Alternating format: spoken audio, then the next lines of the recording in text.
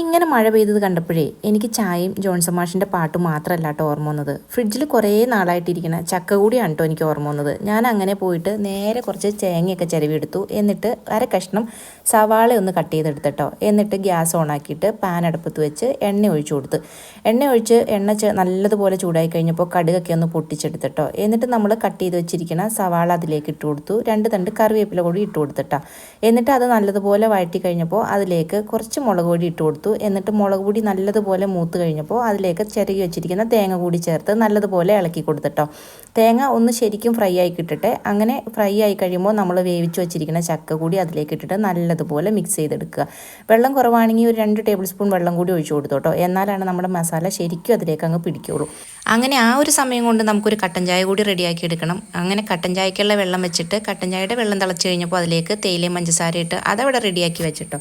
ഈ ഒരു ചക്കയെക്കുറിച്ച് പറയുകയാണെങ്കിൽ ഇത് ഞാൻ ചക്ക സീസൺ തുടങ്ങിയ സമയത്ത് കട്ട് ചെയ്ത് ഫ്രീസറിൽ സ്റ്റോർ ചെയ്ത് വെച്ചിരിക്കുന്നതാണ് കേട്ടോ. ഇതുപോലെ എല്ലാ വർഷവും ഞാൻ സ്റ്റോർ ചെയ്ത് വെക്കാറുണ്ട്. അപ്പോൾ നമുക്ക് ഏത് സമയത്തും ഇതുപോലെ റെഡിയാക്കി കഴിക്കാനായിട്ട് പറ്റും കേട്ടോ. ആദ്യം ഞാൻ വിചാരിച്ചത് മഴയൊക്കെ കണ്ട് പുറത്ത് പോയിരുന്ന് കഴിക്കാമെന്നാണ് കേട്ടോ. പക്ഷെ നല്ല മഴയായിരുന്നു, അങ്ങോട്ട് അടുക്കാൻ പറ്റാത്തത്ര മഴയായിരുന്നു കേട്ടോ. അതുകൊണ്ട് ഞാൻ പുറത്ത് പോയിരുന്ന് കഴിക്കുന്ന ആഗ്രഹം അങ്ങോട്ട് ഉപേക്ഷിച്ചു. അതിനുശേഷം ഞാനൊന്ന് ടേസ്റ്റ് ചെയ്ത് നോക്കി കേട്ടോ. നമ്മൾ ഫ്രീസറിൽ സ്റ്റോർ ചെയ്ത് വെച്ചിരിക്കുന്ന ചക്കയാണെന്ന് പറയേയില്ല കേട്ടോ. അത്രയ്ക്ക് അടിപൊളി ടേസ്റ്റ് ആയിരുന്നു. ഇതുപോലെ എല്ലാവരും ഒന്ന് ട്രൈ ചെയ്ത് നോക്കുക കേട്ടോ.